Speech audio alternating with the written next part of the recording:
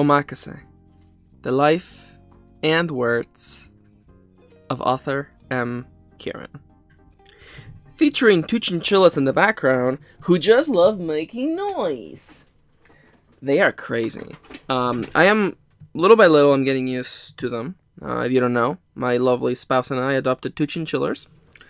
Popola and Davola.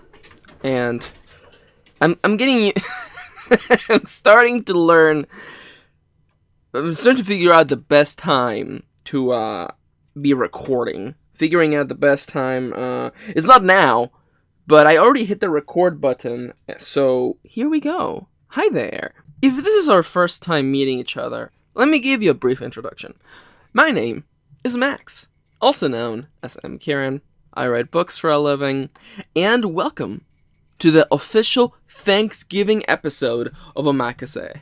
I am dressed up as a turkey for this year. I have before me a Thanksgiving dinner, mashed potatoes, turkey, ham, and of course a large selection of various types of sweets and pies. And it dawns on me now that maybe I shouldn't have gone through all this trouble, because this is an audio-only podcast. You can't see me wearing my turkey costume, and I mean, you can't see this delicious food. What I can tell you, though, is that my pronouns are they, them. And, of course, clearly, what you really want to know today on the Thanksgiving special episode of Omakase, what are Max's favorite Thanksgiving foods? I was born and raised in Mexico, so Thanksgiving is not really a thing that I grew up on. So when I first moved to the United States, I had this buffet moment where I got to experience all these things. And I was like, what's best, this or that or this? And I know some of you may look at my choices and think, Max, you're wrong. But take this with a grain of salt. Take it as my personal experience with the foods of Thanksgiving, the part of American culture. The culinary history of America in the form of this particular holiday. And I'll just say right now, mashed potatoes. Mashed potatoes are a treat. It may also be because my sister, who's an amazing cook, she works at this super fancy restaurant. You have to take a tram to get to this restaurant. That's how fancy it is. She always makes the best mashed potatoes ever, so I'm a big fan of mashed potatoes. Ham and turkey, I'm not really like super crazy. To me, it's the side dishes, the stuffing, what are they called? The string beans, the mashed potatoes. It's the sides that to me take center stage.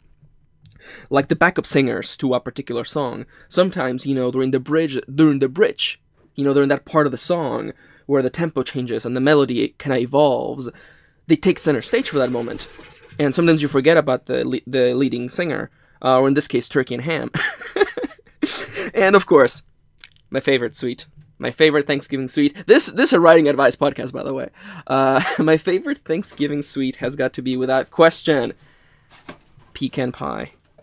I know. Y'all out there are like, apple pie, Max. Apple pie. Pecan pie. I will die on this hill. So, on Twitter, you have these posts like, what's the smallest hill you're willing to die on? This is not a small hill. I will defend pecan pie to the death. Because once upon a time, we were enemies. Once upon a time, I looked upon pecan pie and I said, how could anyone like you? How could anyone eat this thing? It's just pecans and crust. And I've come around. Life changes you. We grow, we evolve. In a way, we have our own character arcs. And today you have learned of one of mine. Please stay tuned for Chapter 2 of the Pecan Pie saga. Coming to you on another episode of Omakase. Hi there! Welcome! Sometimes I have, running starts. Sometimes I start an episode and I'm like... Sometimes I stumble. Sometimes I'm like, hi, my name's Max. I did not think of what I was going to say for the opening segment of the show. And today I didn't. But I found a little thread. And I started pulling on it. And the whole sweater unraveled. Thankfully, it was a Thanksgiving sweater. And Thanksgiving will be over in this next week.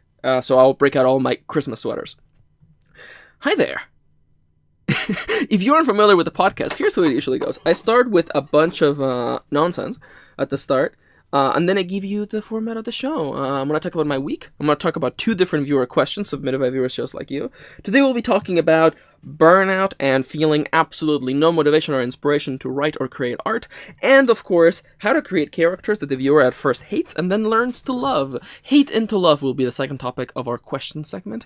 And then we're going to kind of follow up question 2 into the prompt. The segment in which I inspire you to write with a prompt titled Time with You. Before anything else, though, in the description of this podcast, there should be a link to the song that you're hearing at the start and at the end of the show, Dream of Green, and there should also be a link, links to my Patreon, links to the YouTube playlist if you want to watch or listen to these on YouTube, and of course, a link to treating me to a cup of coffee. If Patreon is not your cup of tea, you can treat me to a cup of coffee instead. Now, let's begin with my week. I have had, of course, a curious week. I have been living with 3 adorable... They're grooming each other! Oh my god! These chinchillas are the cutest things. They are adorable. Every day, they grow more comfortable. Did I say this last week, or am I crazy? Last week. I might have said it last week. I forget. I've vacuumed like 3 times in the last week. And I vacuumed and the chinchillas just slept through it. And I feel like that's a sign. Because Yanto hates it when we vacuum. Yanto being our Russian blue cat. I vacuumed. The chinchillas did not wake up. And every time we open up the cage to give them food, they're like, hey, hi there. I'm going to get up on your sleeve. And then your shoulder. And then I'm going to try to escape. That's not true. They just love playing around in the room. Other than the, hashtag chinchilla update, what has my life been about? My lovely wife caught me doing the slightly bad habit of overworking myself. Slightly bad. Just little. Let's downplay it, okay? I was working a lot. I finished what I'm, I guess, referring to now as the Patron bomb. Just a bunch of Patreon content. I released the scene. I released a new episode of this podcast. I released a new workshop. I released a new poll. All of it in the course of 3 days. Boom. All that content out. Done for the month. And that was great. What a sensible person should have done, not me though, I'm not that sensible. A sensible person should have actually stopped and rested. Taking a day off after, getting what was, a month's worth of work in, a course of 2 days. But I didn't, because when I was making my character and the character creation process, I just looked at the common sense attribute, and I thought, I'll just bet on my dice rolls, getting me out of awful situations. So my lovely wife was like, "Hey Max, you should rest." And you know me, I take a lot of pride in my work, which is code for I'm stubborn. So eventually she convinced me. I took a few days off. I rested, and I actually had this thing that hasn't happened in forever, where I had this new flood of ideas for the project that I'm working on right now. I'm shifting between revision of several novels that I already completed, mostly because I don't want to burn myself out like I did with Alba, where I just edited it for like a month and a half until the beta build. Yeah, the beta manuscript came out. And I realized maybe I should just slow down. So, I've been talking a lot about fantasy. I've been talking a lot about the things I don't like in fantasy. So I'm taking it as a great chance, as a launch pad, to take a fantasy novel that I wrote and revise it, make it really fun. Because, I wrote 2 books of a fantasy series. I should probably edit those and publish them. But I realized that I've been talking a lot about fantasy, so I kind of want to have those books be not a centerpiece, but just kind of like the way that I tackle fantasy. Because I made lots of noise about how much I dislike dragons and fantasy. So guess what? I'm not gonna have dragons show up in that story. So the whole process of preparing myself for that story has been a lot of thinking about fantasy, a lot of thinking about the world, thinking about world building after the fact, because I wrote those novels a while back. And it's been fun. It's been fun looking at the pieces of the novel, and I've felt all this inspiration. And I'm certain that all of this has come because I took a day off. I walked away from the desk, a couple of days off because we also recorded videos. I walked away from the desk for long enough that the ideas found me while I wasn't looking. And that right there is the secret. That right there is how the good things come about. Whenever you're not looking for them. While we're not staring at that little seed, that little sprout in the ground. While we do not look at it, while we jump back in the act of living, we turn around, and that little thing, that little seed we planted, is now a tree. Time passes. Life moves on. We find inspiration where we thought there was none. I've been thinking about that revision process the whole time. Like after the first little bit of relaxing, I started getting ideas and I started thinking about it. And I'm looking forward to diving in, completely fixing and revising that story and making it into something very exciting. And I couldn't have gotten there had I not stepped away for a little bit. Foreshadowing for something we'll be talking about later. Did I say all of that in one single breath? And that's funny, because sometimes I'm not certain of what I want to say. And you can find me in the podcast kind of having this like long, drawn out pause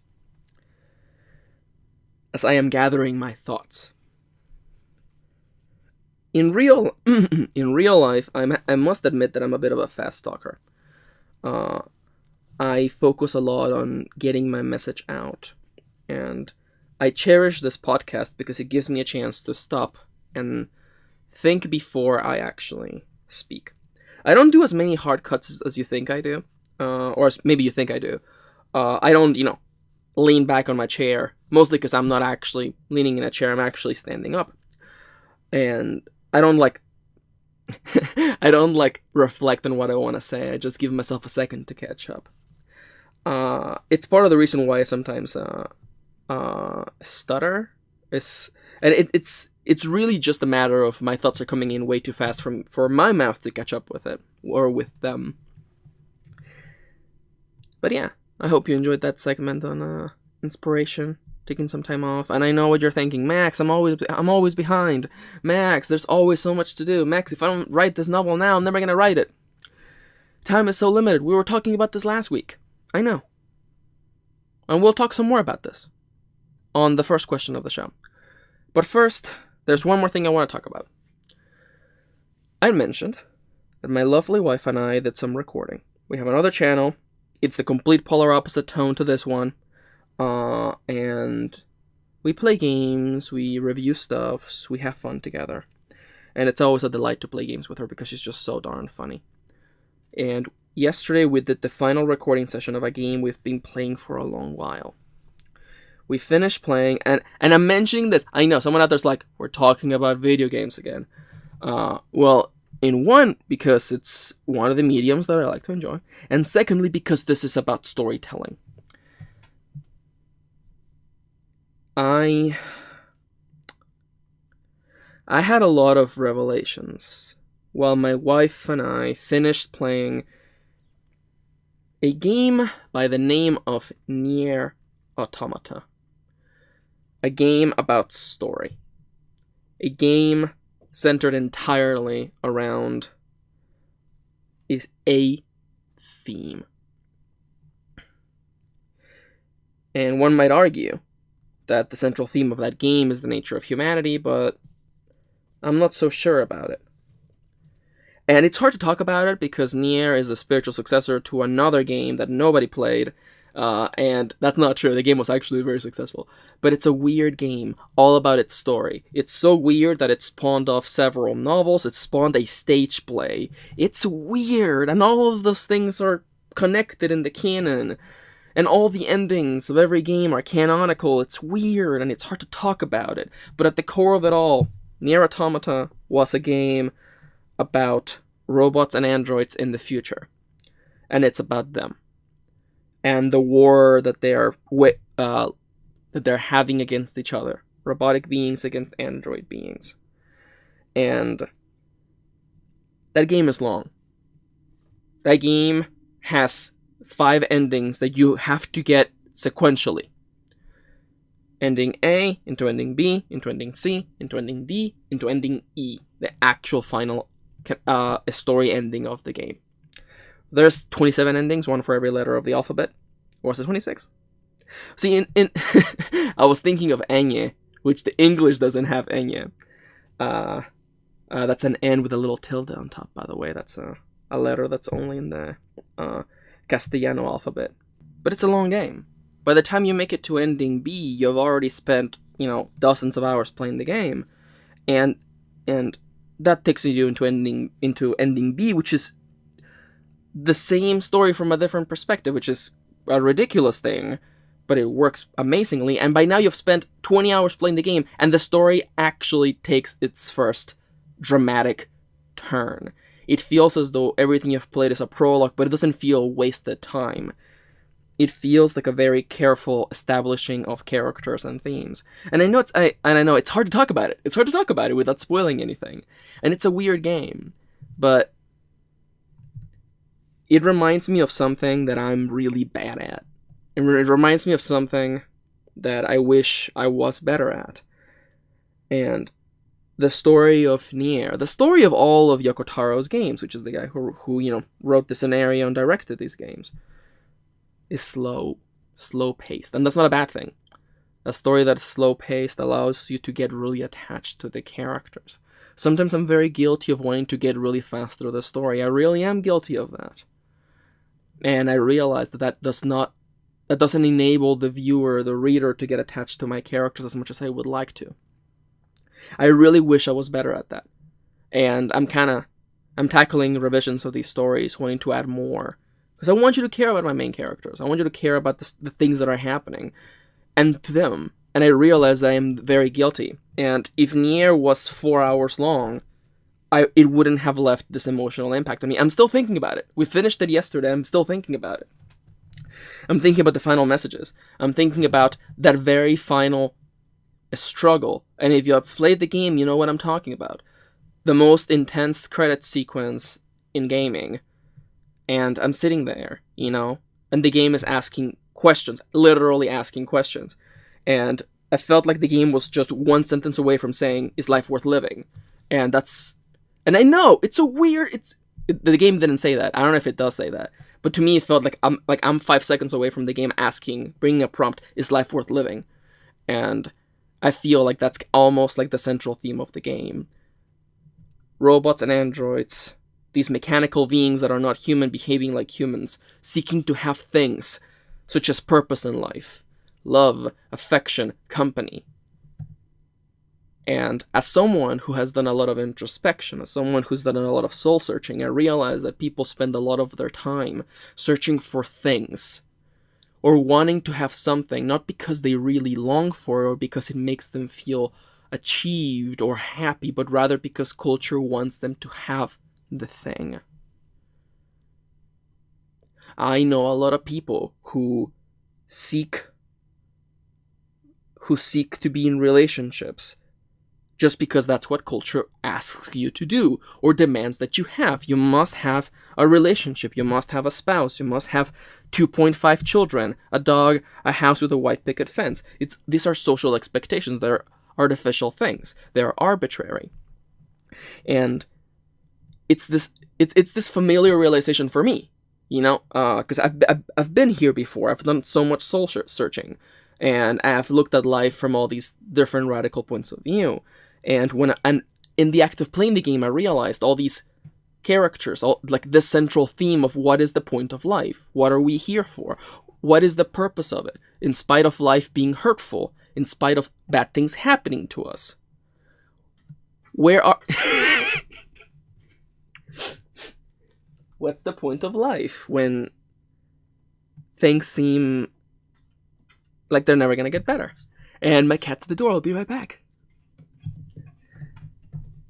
Yes, my son. Come in, my son. Yanto, can you say hi to the viewers, Yanto? So I don't think I'm crazy. There's no way anyone heard that meow. Yanto, you grabbed my headphones! Don't sit on my bullet journal, Yanto. That's my son. I realized that we just got very real there for a second. I hope you don't mind. But as I was saying, before I was interrupted by my lovely son, is that the game, especially through its very final arc, because like when you reflect on the story, I mean when I'm reflecting on the story, I realized that yeah, like this was the theme overall. This was the main element the game was carrying across, and it made sense through the little side stories in the game, and through the dialogue that characters brought up. There's two particular characters who are literally dealing with something outside of their control. Like people. Okay, oh no, I can't rant.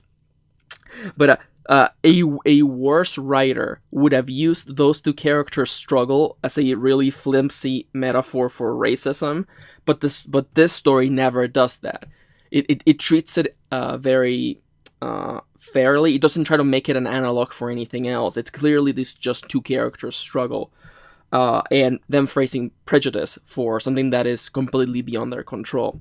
A really bad writer would have made an analog and would have gone really hard on it. We all know what bad writer would have done that. But it's this element of like, you know, when life's bad, when you're being blamed for things that are not your fault, when, you know, life feels hopeless, what do you do? How can you keep going? And that final section of the game, it still lingers on me. The game might as well have asked, is life worth living? And a little prompt coming up, yes, no. And I wouldn't have gotten there, and it wouldn't have been strong if there had been no elements in the story that hinted towards this void that we sometimes feel in life, where we feel unachieved, where we feel as though our life is going nowhere. This inherently human void of wanting to have meaning, of wanting to feel welcomed, of wanting to feel loved. If the game hadn't been touching on that, there's a really good line in the final act of a character screaming in anguish, "Why do I long for the touch of someone who's no longer there?" And I'm like, oh, it's so good! But it wouldn't have mattered if that game had been 4 hours. It would have been too fast. Had that game not been 30-something hours. If that game had been 30-something hours, I wouldn't have gotten so attached to the characters, and I wouldn't have gotten to know them so well. I still have all these feelings about Nier Automata. And I feel like one of the most powerful things that I feel like the story does is that these elements are clearly there. And I mean, like, I can catch the foreshadowing. I can catch the little elements of theming. The story never comes out, and no character turns to the camera and goes, "So you're saying that this story is about finding meaning in life? So Raiden, what you're saying is you're gonna let go of control, become your own person, let go of the control of the player. Yes, Snake, we get it." Sorry, I'm still mad about Metal Gear Solid 2. Sons of Liberty. I'm still mad about that. Talk about just dropping the ball at the very last minute. You have the story with all these themes and elements, and then you just have a character turn to the camera and go, "So you're saying the story was about this all along?" So you're saying... Snake, why would you don't explain things? When you don't actively have a character just say things to the camera or the reader or the viewer or whatever, it gives those people a chance to explore what the meaning was. And even my wife and I differ on what the ultimate meaning of Nier was. And we actually watched a couple video essays of people just talking about it and what they thought it was about. And my favorite thing is that it doesn't feel like we're trying to find an answer to a riddle, but we're just rather finding our own understanding, or defining our own understanding of the events, of the ultimate meaning, of the final credits sequence. where you keep failing, and the game keeps prompting you. Do you wish to go on? Do you wish to keep going?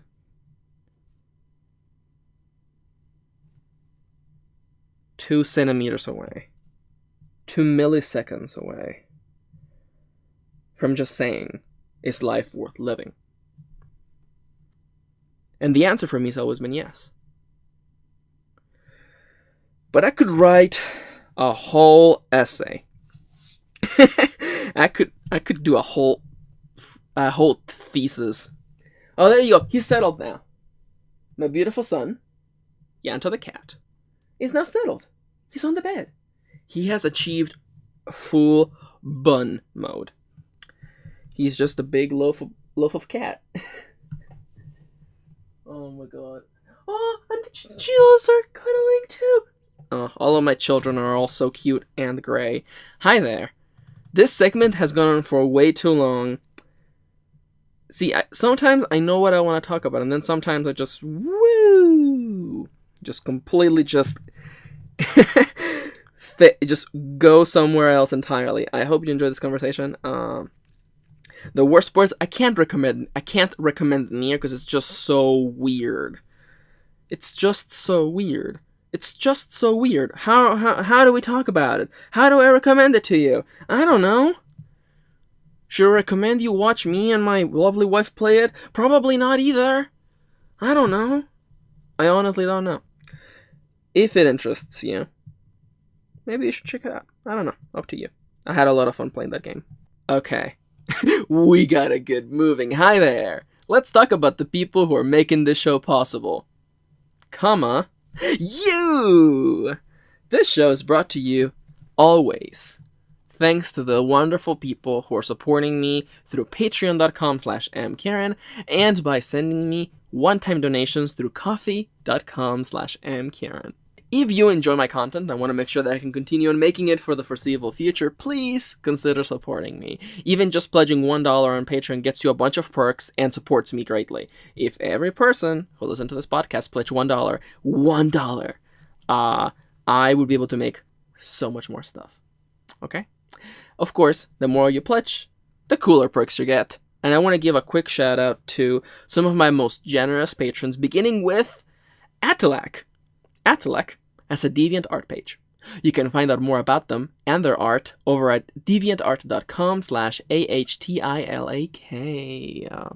And of course, a big shout out to Hero Song. Hero Song is writing LGBT plus positive novels. You can find them on smashwords.com. Just do a quick search for Hero Song. And here are some more of my most generous patrons. A. Howard, Alyssa Dudley, Amelia, Angela, Brenda, Lishadra, Gilbert Gaudreau, Irina Phoenix, Lacey, Mark Maruska, Nicola, Pat Eichson, Polly Craftwell, Soulmuse, and Synexia. I was not thinking we were gonna get so real during my week segment. Woo! You know, what can I say? Sometimes I like to... Okay. Would you prefer this podcast more if it was scripted? Would you prefer it more if I didn't just, fly off the handle every once in a while? Is that a positive thing to say? Can you fly off the handle in a positive way? Where's my keyboard? Let me see. Fly off the handle. Meaning. Is it always a negative thing? Oh, it means to lose one's temper suddenly and unexpectedly. I definitely did not fly off the handle. I do not slay. I do not kill people. I do not lose my temper unexpectedly. I do not slay. Alright, that's oof. Max, are you referencing an old joke? No, my wife and I found that recently. Because we didn't watch Vines until 6 months ago. Alright, nonsense out of the way, let's start. Let's just go. Every week, I take 2 questions from my comments, from my YouTube videos, from my Tumblr, from my Twitter, and I feature them on this show. I have to do a big service announcement right now. Public service announcement. For the end of this year, I am going to be doing a writing advice answer-a-thon. As many questions as I can answer during the length of the regular podcast for the end of the year, and an Ask Me Anything. You should start sending questions now. I am going to record some episodes in advance because I'm going to take some time off at the end of the year. I have just learned from experience that there's just no way I'm getting any work done for the last week of December and going into January. Just because family things always happen. You know, family always getting in the way. So, again, I want your writing advice questions. I'm going to basically clean shop. If you have a writing advice question, send it my way. Add me on Twitter. Leave it on the comments of the videos. Email me. You find whatever way you can. Leaving it on YouTube is the easiest way. Link to the playlist in the description down below. Writing advice questions, and of course, personal questions. Ask me anything. I'm going to do an AMA at the end of the year as well. Those will both be Omakase extras. So you do that, okay? Don't hesitate. Just send questions. I remember last year. Who was it? Was it Timberwolfie? I think it was Timberwolf, and someone else was like, here's just my top 6 questions. And I'm like, oh, let's go. Let's do this. So send your questions. I will answer them in the order that I get them, but I will answer them all. Today's questions, of course. Let's start with the first one. I got a question from a dear Riley friend who I am assuming from the tone of their question that the context for what is happening to them or what was going on with them was NaNoWriMo, National Novel Writing Month. And they sent me a relatively long message, but long story short, the core of it, the main question, they were asking about what to do when you feel absolutely burnt out, devoid of motivation, inspiration, any thoughts about the story, any ideas as to what to do next.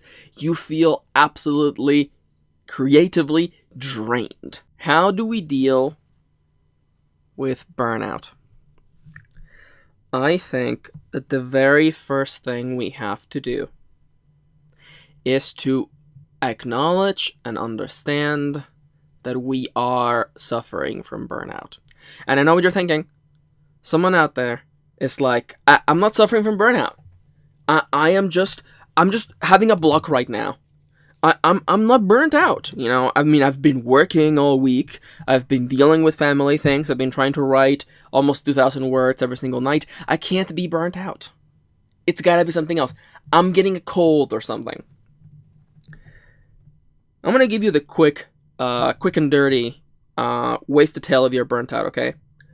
The first one, and I'm dropping the biggest one right now, okay? Are you feeling absolutely creatively drained? Because you know you're feeling burnt out when you don't have any shiny blood bunnies to chase. That's how you know. That right there, that's the biggest, the quickest and dirtiest one. You're so exhausted, you're so emotionally drained, creatively drained, uninspired and unmotivated that there is no shiny blood bunny for you to chase. Other things is that your health is getting worse. You've been working so much, you've been putting so much pressure on you that you are starting to get a little sick. You must remember that your whole body is an organism. It's a collection of all these things, and when one starts failing, it is likely that something else will follow. There's the phrase of listen to your body because your body knows best. Another way to tell if you are suffering from burnout is that you are easily distracted, or alternatively, you have difficulty focusing on something. When my wife could tell that I was up for some resting time, for some good old R&R, because I was having difficulty catching up with. We're watching a video.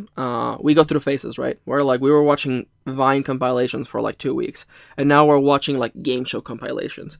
And I was so tired that I kept asking her what had Steve Harvey just said, or what was the prompt for that Family Feud question, because I just was having difficulty catching up.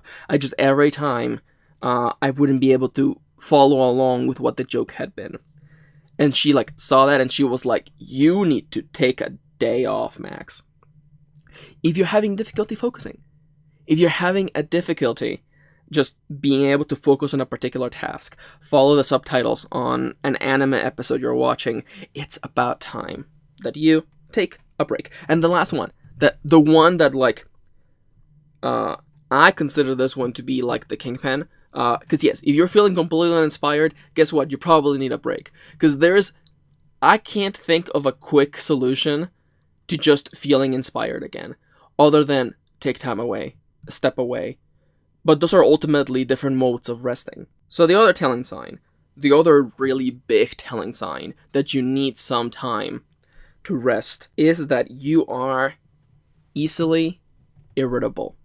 Irritable? You feel as though you are on edge, and you mentally feel like you're on the defensive, waiting for someone to do something, to fight you, to make you angry, to be about to lash out at someone. I am not that kind of person. I don't do that. I disengage. It's been the thing that I've always told people, is that like, if I don't like you, I just won't spend time with you. If you make me feel uncomfortable, I am never dropping you a call. I'm never sending you a text. I just disengage. I just get out from there. Because life is too darn short to be spending it with toxic people. So I knew that I was getting burnt out because I was feeling on the defensive. There are a couple of people in my life over whose presence I have no control over. And I would feel myself being in the defensive. I would feel myself being mentally ready for, not a fight, but an encounter. And catching myself, because I don't like that. I don't like to be like that. And reflecting on it, I realized, why am I on edge? Why am I defensive right now? And I wonder if that's just part of human nature. I wonder if that's just like a survival instinct. I don't know. But my telling signs for when you're burnt out is that, I mean, the easiest one of them all, and I know this is a no-brainer, is that you're actually just feeling tired all the time. And I know that depression plays into that, and I know that anxiety can play into that. But like, if you've been working a lot, and I know, we have all been there. But you're working a lot, you're not taking time off, you're just working all the time, working on projects, working on things that you're pushing along, and you take no time off, and you're like, why am I so tired? It's because you haven't been taking any time off, you goof. But also feeling completely uninspired. Like, yeah, if you're not chasing a blood bunny, if you're so tired that there's no shiny blood bunny trying to get you to do something else, you're burnt out. Also, if you are feeling like very irritable, if you feel like any like things that usually wouldn't tick you off are ticking you off, you probably need some time off as well. Now I know what someone's thinking out there. Okay, yeah, that's nice, Max. Okay, I know I'm burnt out, okay? You don't have to tell me again, Max. I can feel it. I'm burnt out. What do I do, though? You take some time off. And even if you can't fully take time off from the writing. Take a break. Step away. It doesn't have to be months. It can literally just be a few days. Go do something else for a little bit. Step away. Take some time to heal up. And I know that I'm a huge gaming nerd, and I know that like that always alienates people. But there's a video game by the name of The Sims. It is a game where you simulate playing as other people. It is basically like a virtual dollhouse. You make characters, they live in a house, they have jobs, and you have, as the player, you have to manage their basically life. And they all have these meters. And I've always thought of them as being a reflection of real life. When you're so tired, when a character in The Sims is so tired, it actually begins affecting their other attributes. You can't have fun because you're tired. You can't eat because you're so tired. You can't socialize because you're so tired. And it's these things that you are an organism made of many things, and sometimes we need things that we don't realize, like contact with other people. Sometimes we need to socialize. Sometimes we need to step away from people. Sometimes we just need to just stop and actually just eat, or rest, or just play games for a little while, watch movies. And it's not a bad thing to just lay in bed and watch YouTube videos for half a day. That's fine. It's important to be able to look into oneself and say, what do I need right now? And I know this sounds like a gamey thing, and I know that, most people will be like, that silly Max, but I do sometimes think about it like The Sims. I imagine what my character screen would look like. And I wonder, am I actually hungry? Am I actually thirsty right now? Do I need to use the bathroom before I continue on working? Do I need to have fun, or do I just need to chat with friends? Do I need to rest? I'm not the best at it. Thankfully, I have my lovely spouse. And she keeps an eye out for me. But it's important for you to be able to look within yourself and realize, I really am so tired. And it's important to be able to look into oneself because life is about balance. And I know, life and time feels like it's so limited, because it is. But you are a living thing. And I said a couple of weeks ago, look at yourself as more than just labor. And I know what you're thinking, but Max, I'm not getting work done. I'm falling behind. The novel's never gonna get finished. Yeah.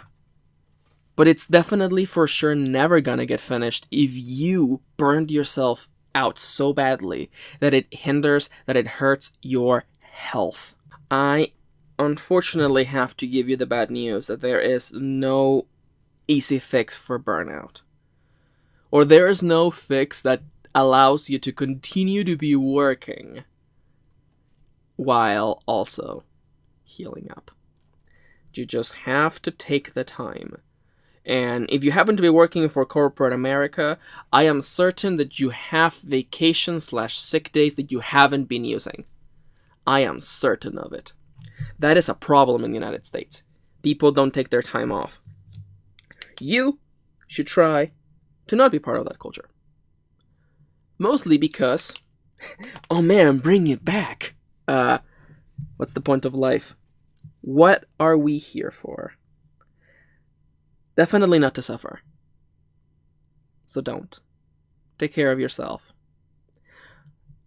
One day, a couple of days, stepping away for a little bit is completely fine. As long as you get back into the writing, everything will be fine. Okay? Okay. And now, what are we here for? To suffer? That was an unintentional Metal Gear reference, by the way. I did not mean that. I am running a little bit late, but I want to talk really quickly about question number 2, and this will bleed into the prompt anyway, so it's fine. A dear viewer sent me a question. It's a very simple question, honestly. They want advice for how to write a character that the audience at first is going to hate, but then eventually, over time, they learn to love them. This particular writerly friend was talking about how, they love this kind of character in fiction.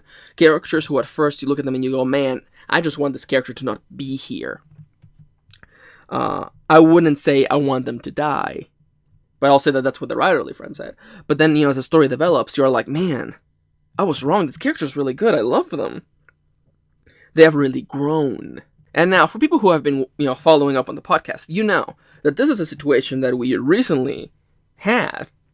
My lovely spouse and I recently finished watching season 3 of My Hero Academia. And around episode 62 or 63, a character who had been unlikable, a character who had been a little bit too rough around the edges, had the conclusion of his first character arc, of his first real character change. And I know it sounds weird to say that by episode 62 a character actually became pretty decent. I feel that it showcases something. And I feel like it brings something out because Kitty and I despise this character and I almost kind of wish that he wasn't around. We're talking about Bakugo, by the way. We're not talking about Mineta. That guy should definitely not exist. But in the case of Bakugo, it wasn't that we loved him, but we finally understood and we saw in him a glimmer of hope. But not like a tiny little bit, like a really good glimmer of hope. How do we emulate that? How can we create characters that our readers hate at first and then learn to love? And honestly, I talked about this during my segment. I feel like it's time. I feel like it's just time. I feel like it's letting the reader see this character change and grow.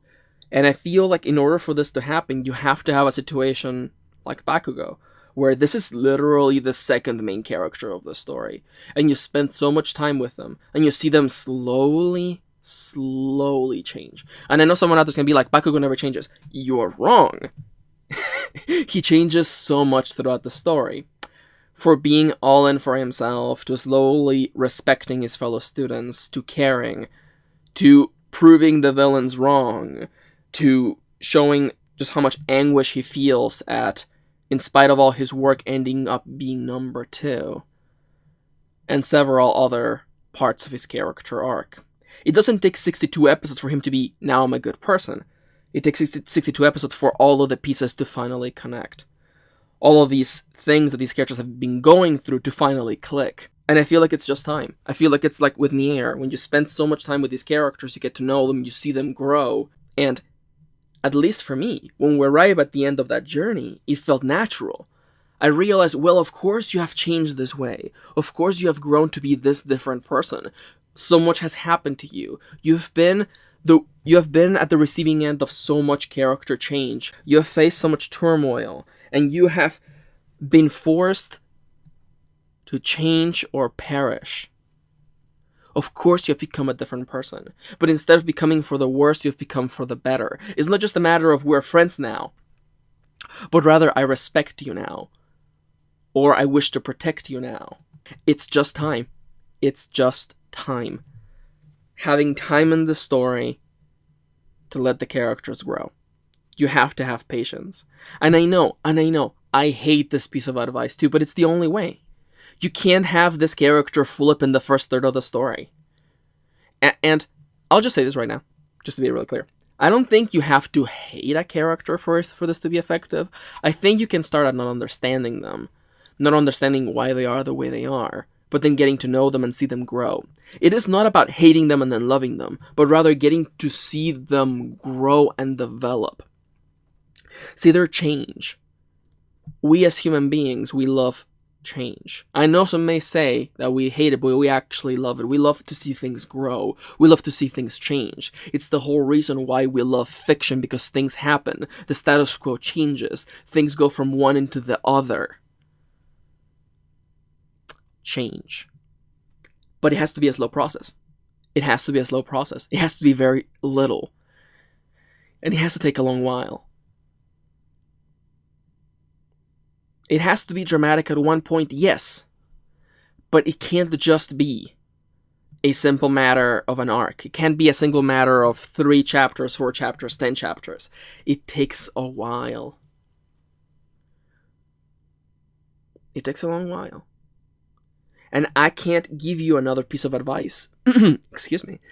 I'm searching inside of myself and searching for what I've done in the past. I haven't been very good at this, I'll give you that. Mostly because I prefer to write short stories. And in those, you don't have the time to do stuff like this. But I want to change that.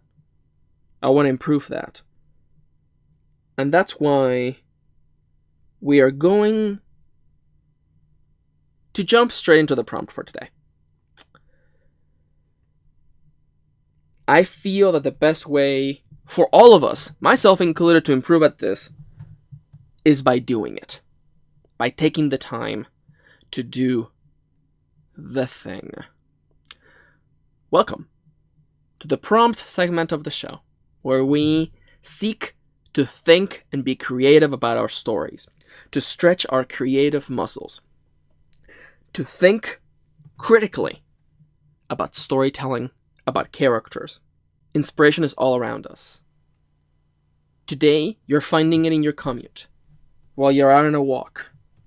Today is through your speakers, inside of your headphones, this disembodied voice from a time not so long ago, or maybe even years before.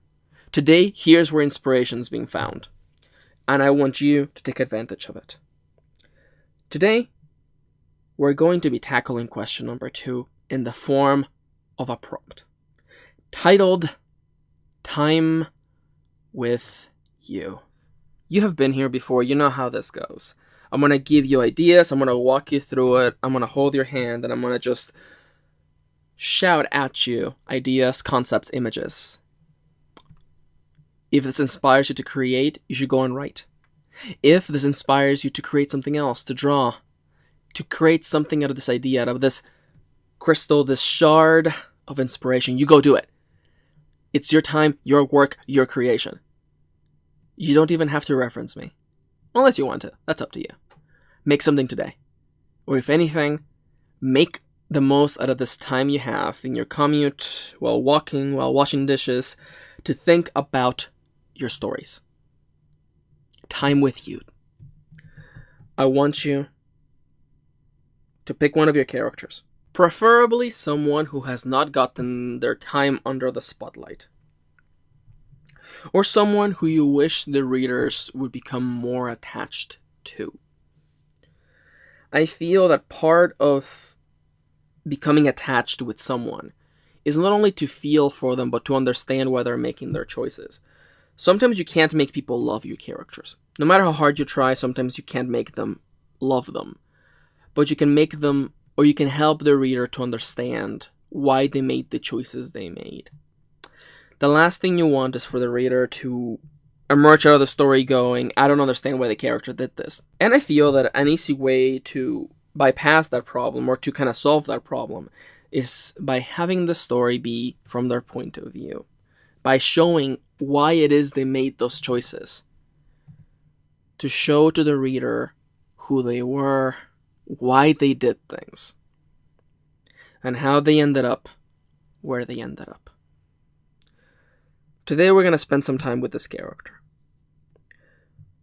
I want you to pick someone. It can be the antagonist. But whatever you do, you must make me one promise. That you will show their humanity.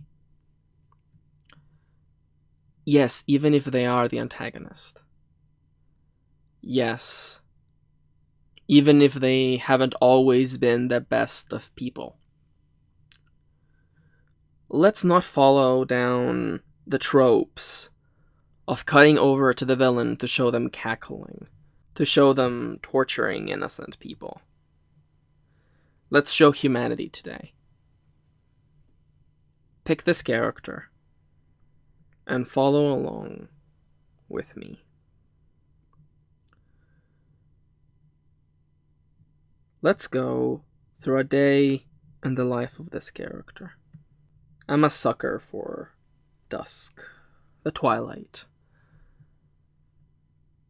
Often in my walks, I look to the horizon and I see the sky stained orange, red, and purple. And it looks beautiful, especially when reflected on the surface of the water. Beyond the edge of the world, staring out into the ocean, there's two suns, both converging into one another as the waters burn with bright colors, and the sky does as well. It is in this moment in twilight that a part of our mind seeks to reflect. Our natural instinct tells us that the day is over. What have we achieved today? Take your character and place them in a quiet place, in a quiet part of their life. Today we want a quiet moment. I am picturing their apartment in the city. The character sitting at the dinner table. If you could even call it a table, really. It's more of a dinner stool. It's tiny, but there's chairs in there. Their apartment's small. It's tiny, but they can see the sunset. They can see the colors in the sky. They're sitting at this tiny stool-like table, drinking something warm. It's cold. It keeps getting cold every day. What is your character doing now during sunset? Are they walking down the streets? Are they caught in their break? Outside of the restaurant, outside of their office, on the rooftop, in alleyways, smoking a cigarette, looking at the horizon. Where is your character right now? Is their world much crueler than the one I thought about? Are they laying back against the wall of the barracks, catching their breath for the first time in the whole day? Are they hiding in the underbrush,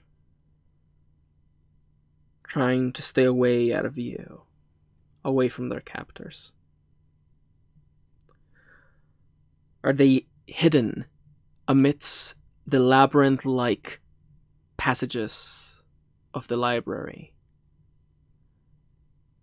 hiding themselves amidst the aisles of books? Are they at their garden, tending those flowers of impossible colors? They may not see it. They may not feel it. But the day's over. The sun is sinking into the edge of the world. The sky is stained with burning colors. The day's over. Enter the mind of your character and access this moment in their life. A slow moment. A moment to think. To sip on a cup of tea.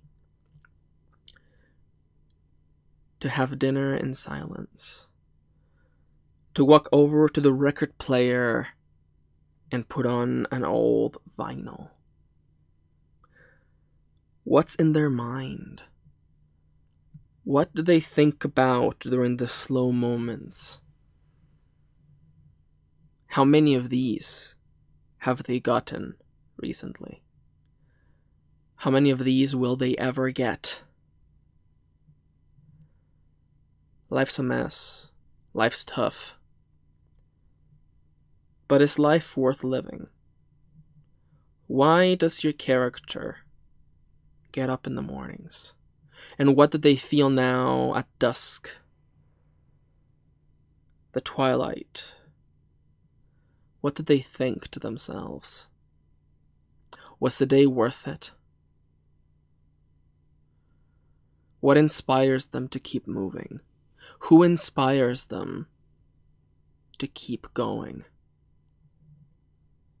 Enter their mind and show us through their voice their own definition of living. It may not be happy. It may still need some work. They may not be the person they're meant to be just yet, but they are who they are right now, and we're always caught in the act of living. Explore their mind. Seek not to find the answer, but to show us in their voice what it means to look out at the horizon, at dusk, at the burning skies, the fading disk of sunlight in the horizon. What is it like to spend some time through their own eyes?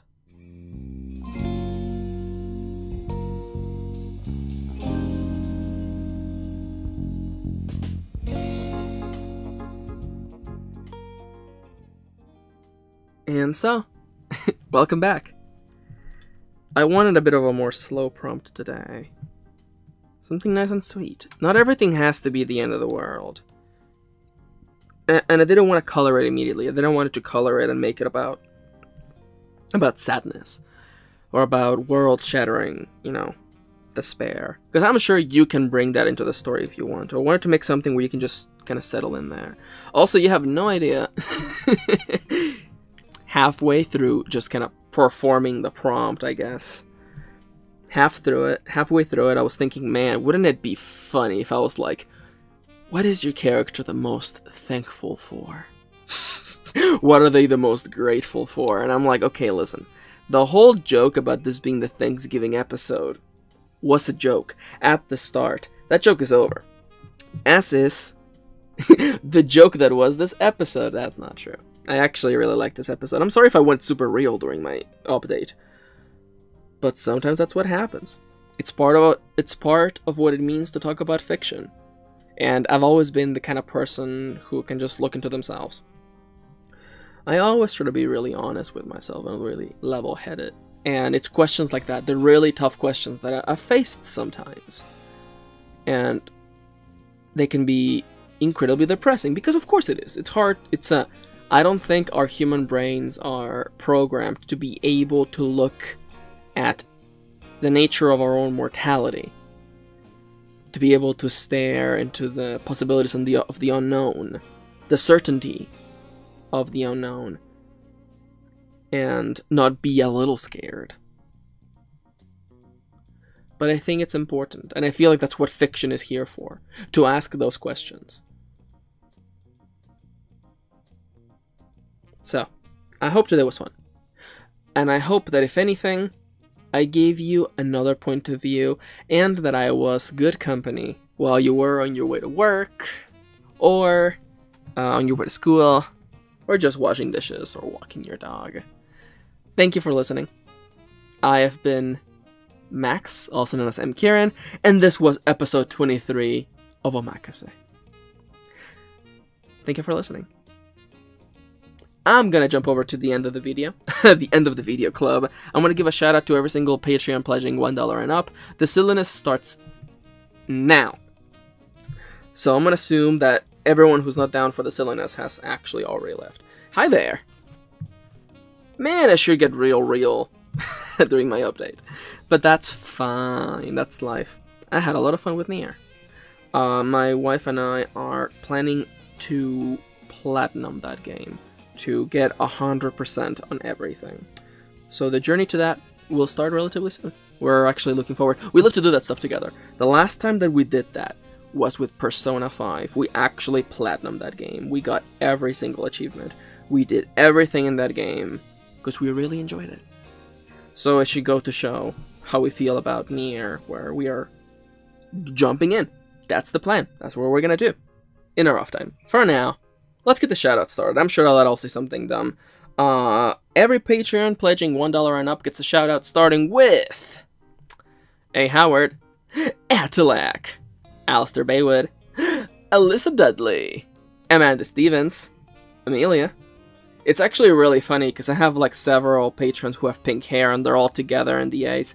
Amy Palmer, Angela, and the other Angela, Anieksa Hoshi, Biting the Sun, Blarg, Brenda, C.E. Richards, Caitlin, and the other Caitlin, Kathy Lindsay, Lishadra, Christiane, Christine Dennis, Kristen Lofton. If you ever want to change your name, by the way, you can do it on Patreon if you want to change your name for the shoutouts. If you want me to call you by a specific name, that's not a URL. There's actually a particular patron tier for URLs. But if you want, like, if you're like, Max, don't call me, don't call me Cuckoo Kachu. I want you to call me Mr. Cuckoo Kachu III.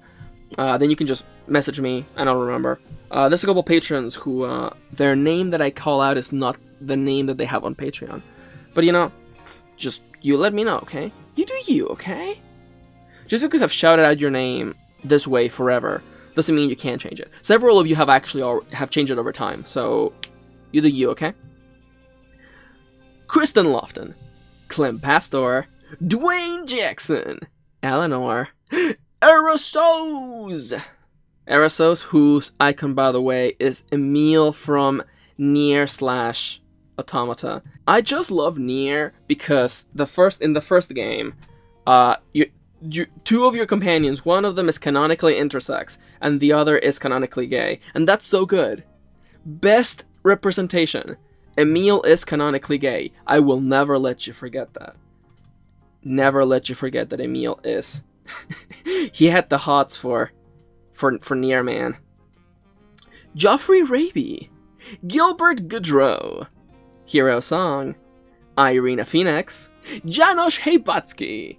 Jaytana Kirkwood. Jeffrey James Williams. Juan Nunes. K.M. Anderson. Kamishore Rao Shaluri. Kaylee. Kiel. Kidley. Lacey. Lier Kilo. I love Lier. Lier's so good. MT Lucatelli. Also, Lier and the rest of the Discord gang. I'm sorry I haven't been on Discord recently. I've just been so busy, okay? I want to hang out with you guys again and the Discord gang. Play games, play Jackbox, make horrible jokes together. I want to do that again, okay? Okay. MT Lucatelli. No. Walk it back. Walk it back. MT deserves better. MT Lucatelli. Mark Maruska, who's gonna get another shout out in a little bit, because Mark Maruska loves double dipping. Mary Foster Smith. I love Mark, though. Mark is so good. I love that Mark always has a little caption. Mark is so good. Mary Foster Smith. Nicola. Nicole Grissom. Nicolay. Noam Sahar. Novels and Tomes. Pablo. Pat Eitson. Polly Craftwell. Raquel Fernandez. Oh, I rolled the R's. Jesus. That's how you know. That's how you know. That's how you know that I'm not some fake Mexican.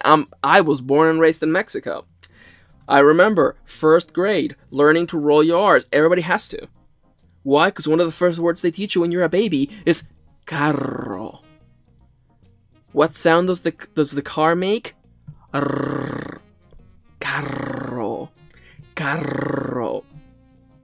You gotta learn to roll the R's. That's the thing. Every language has a thing like that. I'm relearning Japanese, and it's that thing where I'm like, when I'm learning Nihongo, and I'm like, okay, Japan, be real with me. Why? So you're telling me that ha is written ha, but when you pronounce ha as a particle, it becomes wa. But there's also a wa syllable. Are you serious about this? All right. Anyhow, that still bothers me, but it's fine. I'm getting in there. You know, I could say a whole sentence in Japanese, but I'm embarrassed. So there you go. Also, I know someone out there is like, okay, listen, I actually don't mind kanji that much. Kanji has actually not been a problem to learn. Especially because at least some of the kanji that I've already picked up are kind of sensible. I love that. Fun fact, okay? Nihongo Nihongo means the Japanese language. Nihon being Japan and Go being the symbol for language. So for English it would be Eigo, and for Spanish it would be Spaingo, the language of Spain. So for Nihongo, the kanji, which is a particular symbol that represents this particular word, the go actually has inside of it, because the kanji are like a combination of different symbols. So the symbol for go has the kanji for the number 5, which is also called go. So in my brain I'm like, oh, it's Nihongo because it has the kanji go inside of it. It also looks like a pile of books. You have to use your imagination a lot when dealing with kanji. But anyhow, where did I leave off? Did I say, oh, Raquel? I was on Raquel. Raquel Fernandez. Fun fact, you know what's one of the best things about learning Japanese? Yeah, no, we're not moving on. The shoutouts are on pause for now. Phonetics is the nature in which words are pronounced. And Spanish is what I would refer to as a fair phonetic system, because things are pronounced the way that they're written. Its English is an unfair phonetic system because words are not pronounced the way they're written. That is mostly because a bunch of words are borrowed. There's Germanic words, there's words of French origin, and then there's just big old messes. So as someone who was learning English as a second language, you end up with a lot of problems where, you know, I had been living in the US for like 10 years, and I had never had to outwardly say the word chef. So I pronounced it chef, because of course you would call it chef, because it's the CH sound. How else are you supposed to pronounce the CH sound? And then people correct me and they're like, Max, pronounce chef. And I'm like, why? It's because it's a French word. And that's when my hatred for the French began. That's not true. But I love Japanese because it's a fair phonetic system. Things are pronounced the way they're written. You just have to know how to read them. So for me, as someone who spoke Spanish, they have the completely same phonetic system. All right, so where was I? What am I doing? Okay, well, my cat's asleep. The two chinchillas are asleep. Maybe I should go take a nap. Ooh, man, it wouldn't be bad. Excuse me. All right, well, I shouldn't have let that play out. It's fine. It's not gonna get claimed. That's my timer. I have gone super long on this podcast. What was I doing? Shout out Raquel Fernandez. What if I just roll my R's for all the R's? Raquel Fernandez, Rhiannon August, Roa. How do you make that sound, Max? You just do. You have to believe in yourself. Shimmertails, Skyly White, Solmuse, Sylvia Latilla, Zenexia, and Wendy Christopher. Hey guys, I hope you all learn how to roll your R's today. There will be a test on this tomorrow. Also, we're done with the Patreon shoutouts, but I have to give a double shoutout to Mark Maruska, who bought me a coffee over at coffee.com/mcaring, link in the description down below. Mark Maruska bought me a coffee with the caption, "This is for the Chinchilla Kiddos Trust Fund. Congratulations." Thank you. Oh, Mark is so good. Mark is so sweet. I do love our chinchillas. They are the sweetest things in the world. They are so sweet. They're so pure. Unlike my cat. That's not true. Oh, I wish you could see him. And this Thanksgiving, I want to say, I never did the Thanksgiving thing. It's not something I grew up on. But I am grateful for my lovely children. I am grateful for my beautiful spouse, who is the sweetest, funniest person in the whole world. And of course, I am grateful for all of you lovely people. Especially those of you who tag along all the way until the end. See, it's the end where the gloves come off, I take off the turkey suit, and, you know, we just have a regular conversation. Just a regular Max conversation. And it's fun. I always have lots of fun recording these, and I hope you have fun listening to them. And I hope you haven't been spending the last 5 minutes trying to roll your R's. You think I don't know? You think I couldn't hear you across time and space? I could sense you. You were trying to roll your R's.